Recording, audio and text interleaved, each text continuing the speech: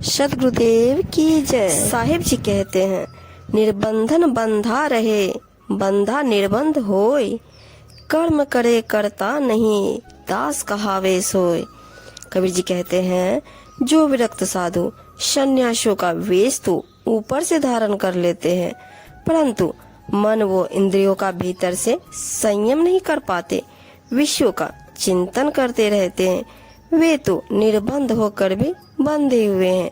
जो बिना वेश धारण किए सामान्य जीवन में साधना से मन वो इंद्रियों पर संयम करके विषयों से मुक्त हो गए हैं, वही निर्बंध होता है।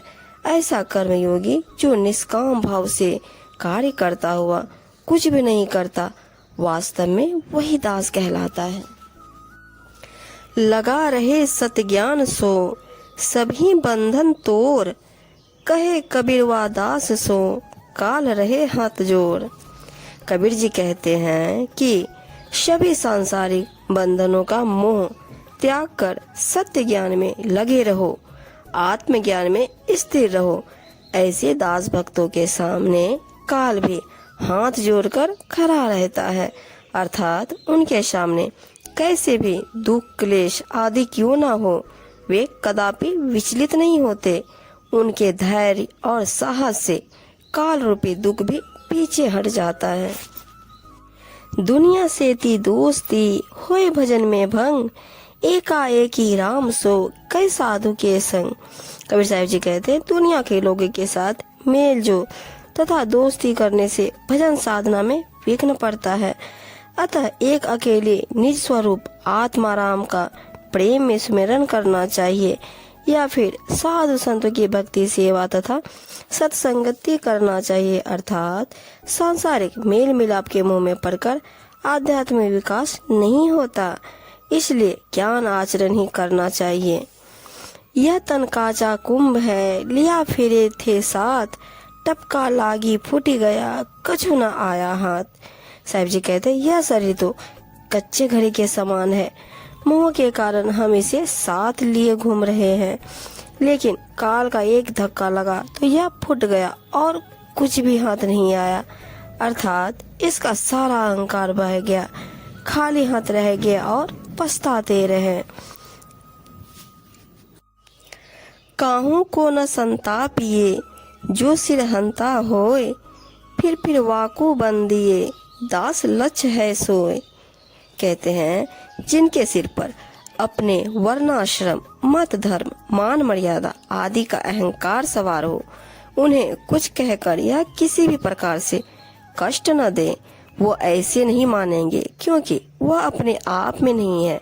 उनकी तो प्रशंसा करते हुए बार बार बंदगी करो, संभवतः वह कभी चेत जाए। यही दास का लक्ष्य है। कबीर कुल सोई भला, जा कुल उपजे दास। जा कुल दास न उपजे, सो कुल आख फलाश। कबीर जी कहते हैं कि वही कुल उत्तम है जिस कुल में गुरु भक्त यानी दास उत्पन्न हो, परंतु जिस कुल में गुरु भक्त उत्पन्न नहीं होता, वह तो मदार और पलाश के पेड़ के समान है, अर्थात उस कुल परिवार का होना व्यर्थ है। गुरु समरथ सिर पर खड़े, कहा कमी तो ही दास। रिद्धि सिद्धि सेवा करे, मुक्ति न छाड़े पास।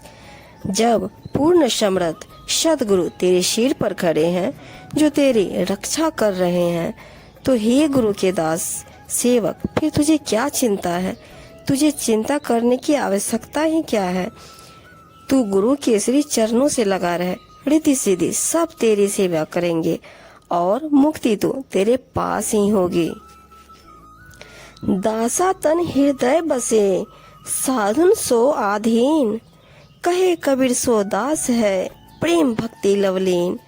कबीर जी कहते हैं, जिनके हृदय में दास के गुण दीनता सेवा व प्रेम से परिपूर्ण होते हैं और जो साधु संतों के अधीन रहते हैं, उनकी आज्ञानुसार आचरण करते हैं, वही सचमुच दास है।